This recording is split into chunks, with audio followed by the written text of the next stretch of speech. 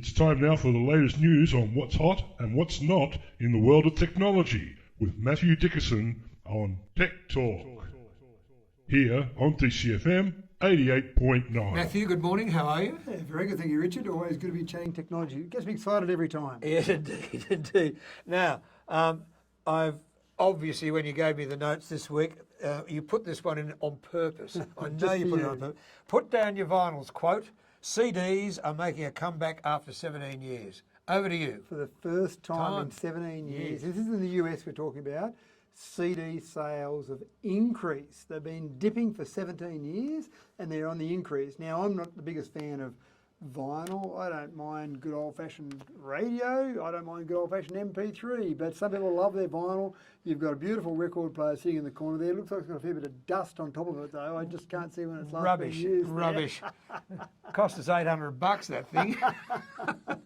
But CDs, so there's still a convenience factor with CDs, and they don't wear out like a vinyl record does. So there is still some logic there, but there were close to $1 billion, about $600 million worth of sales of CDs in the last year. Now, that's not probably a huge number in the whole scheme of things across all of America, but it's still a significant number of CDs being sold, which just amazes me. You're like, haven't we moved on past CDs? Haven't we gone past there? But yes, apparently people are still going back to them.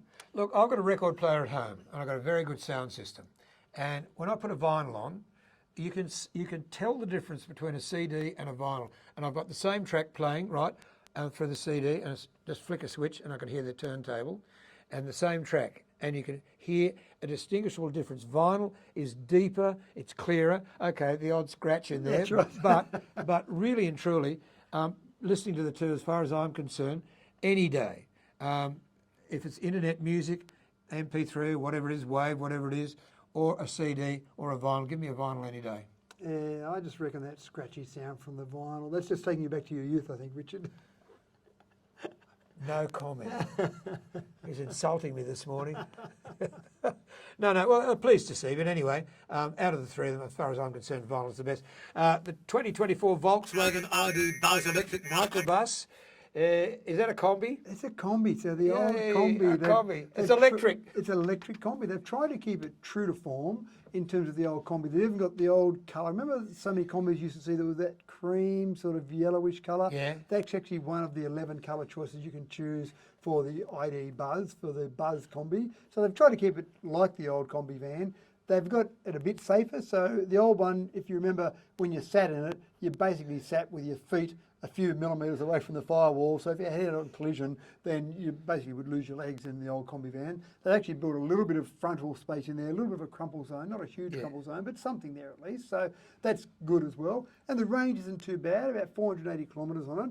But they've really tried to mix the old with the new. And it used to be, the old combi van used to be associated with flower power and probably drugs to a certain extent. There used to be people who'd surfboards. And surfboards, yep, and drugs. And very low fuel economy. I'm thinking this microbus would probably get you from Byron Bay to the Gold Coast, like the old ones used to. And you used to run out. You used to run out about Broadbeach. Well, I think the old ones, because they had such a flat front on them, obviously they were terrible for fuel economy. They're a bit better with the new one, but it is great to see that VW is saying, well, the old combi was popular, let's do it in a modern version. So if you are into your flower power, if you're environmental, as many people with the old combi vans were, then they can do this in the new version of the combi, but do it with real environmental twist on it by having it as an electric vehicle. Okay, so fair enough. Next year you'll be able to get this, not in Australia, probably a couple of years before we get to Australia, but next year you'll be able to start to buy these.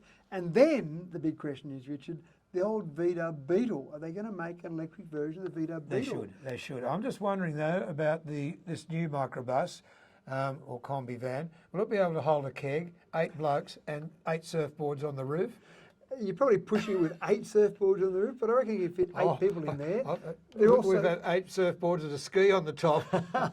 Well, they're also making a cargo version of it. So it'll be specifically designed for people that want to do deliveries in it. So if you don't want to load it up with people, surfboards and drugs, then you can load it up with people to deliver those around. Sorry, load it up with cargo to deliver that around. There were no drugs in the combi that I travelled with, I can assure you that. No, we seriously, no, not at all. No heads. Just a keg of beer.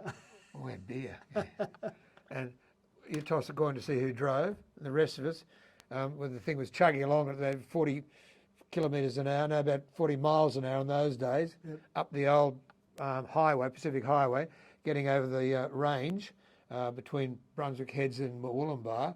The whole thing used to slow down to about 20. Well, the maximum speed of the old Combi was about 100 kilometres an hour, and anyone that owned one used to say that the only way you got to that speed was down a hill. Down a hill. Not on a flat road. That's right. The new one's still got a speed limit, but it's 145 kilometres an hour, so it's a bit better than the old Combi. Well, indeed. Okay, moving right along. Google will send air raid alerts to Android phones in the Ukraine. So air raid alerts, my only knowledge of those is when I watch a bit of old TV footage and you might see London being bombed and the siren going off and everyone scampering to a bomb shelter or somewhere safe. But the big problem with an air raid alert is you've got to build the infrastructure in your town or city. So in the Ukraine, they may not have been expecting to be invaded by Russia, so they may not have had air raid alerts in all the different places that are being bombed or attacked. So Google has now got this concept where if you've got an Android phone, built into that now, because it used to be used, or the same concept for earthquake alerts, they're now using that for air raid alerts. They're taking the information from the Ukrainian government, and anyone in a particular area that might be under attack, the air raid alert goes off as an alert on your phone. Much better idea. Obviously, you don't need to be building infrastructure in the town or city you're in. You don't need to be able to hear that. You just see the alert come up on your phone, and then you know, oh no, we're under attack. Let's go and hide. Let's go and get a bomb shelter. Whatever you do when you're under attack. But again, this is Google in a modern world we're living in, adapting very quickly to the threat of that sort of air raid. It's sad that they have to do it, but it's being done. So if I'm in Dubno, which is about 50 kilometres out of Lviv, Dubno, D-U-B-N-O, I would get an air raid alert because I've got an Android phone. If you've got an Android phone, that's exactly right. So anywhere that's under attack, you'll get that alert coming through automatically. Lovely. Again, as you say, very sad that it's needed, but great to see how they've adapted so quickly. Okay, I don't have trouble with lippy. Do you have trouble with lipstick? No, I don't think so, unless it's the stuff when you've got chapped lips and then it's clear. But apparently, if you've got trouble, ladies, matching up your makeup colour with your outfit and you need lipstick, you can print it. You can print lipstick now. This new device from Yves Saint Laurent is available in 4,000 shades. Love your French. I wasn't sure if it was right. Sounded about as French as I could get it. So you take a photo on your phone of your outfit that you're wearing. You go to the app and you say, choose a lipstick colour that will complement my outfit for the day. And then it will send that information to this lipstick printer. It prints about a pea-sized dollop of lipstick. You put that on and then you've got a perfectly matched lipstick to your outfit. Now, the first thing I thought of is, wow, this device is going to be expensive. And it sounded expensive, about $300. But then I thought, well, hold on, if you had lots of different lipsticks to match different outfits you might wear, you'd easily spend $300 on a variety of lipsticks, and you're still only limited to those certain lipstick colours. Yeah. But having this 4,000 shades is quite incredible. Now, you've got cartridges, so when they wear out, you've got to replace those cartridges. So there's an ongoing cost, the same as it would be with lipstick, although you probably take a fair while to get through a lipstick stick. But the idea here is that you can have whatever colour you want. If you love that beautiful bright red, you take a photo of that red and say, replicate this, or take a photo of your outfit. Whatever colour you want in those 4,000, you've got it. Fair enough. Always good to talk to you, Matthew. Lovely tech talk today. And I'm going to dream about the old days of the Combi, the maroon and cream Combi. With a record player in there on vinyl. No record player, and a smelly exhaust, and bald tyres, and a dirty windscreen, and salt encrusted and rusting badly. Those were the days. Long gone, 26 to 10. Talk to you next week. Thanks, Richard. This is DCFM 88.9.